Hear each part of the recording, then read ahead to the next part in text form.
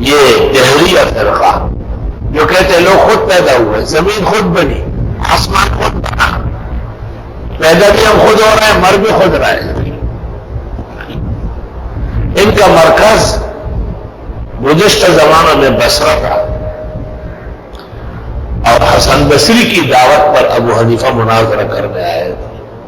وہ مرد مومن، مرد میدان، جو تمام غیرت کی اداؤں کا امام تھا۔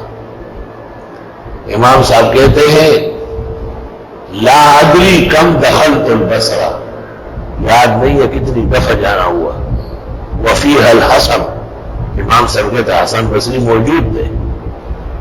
تو علماء دین کہتے ہیں کہ حسن بصری کے حکم پر دہریوں کے خلاف ابو حنیفہ کو مناظرے کی دعوت دی گئی۔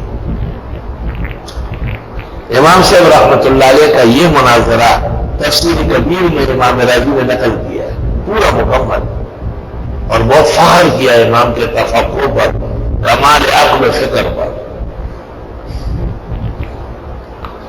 مقررہ وقت پر امام صاحب نہیں آئے، دیر سے پہنچے۔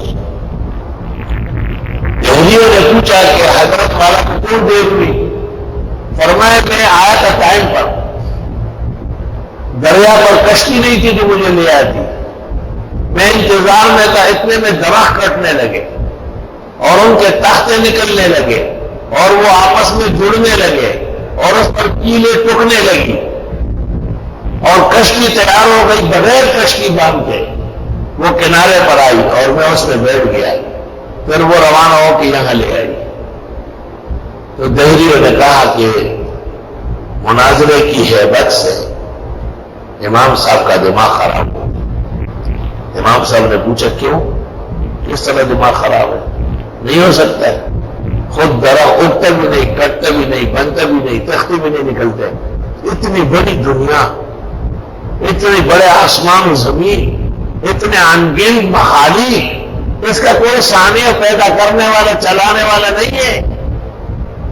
فآمن منہم آلاف الوف من الناس، پتہ نہیں کتنے لاکھ اور ہزار لوگ مسلمان ہو گئے اور اللہ کے وجود اور وحدانیت کے قائل ہو گئے۔ ایک شاعر کہتا بھی تو ہے والارض ذات فجاج والبحر ذات امواج والسماء ذات ابراج افلا يدل ذلك على الله اللطيف الخبير۔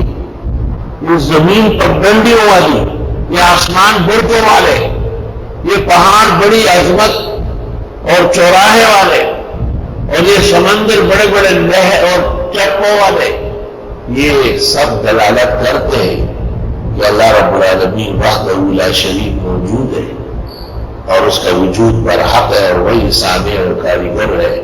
کونین کا و عالم کا کوئی پتہ بھی اس کی اجازت کے بغیر نہیں کرتا۔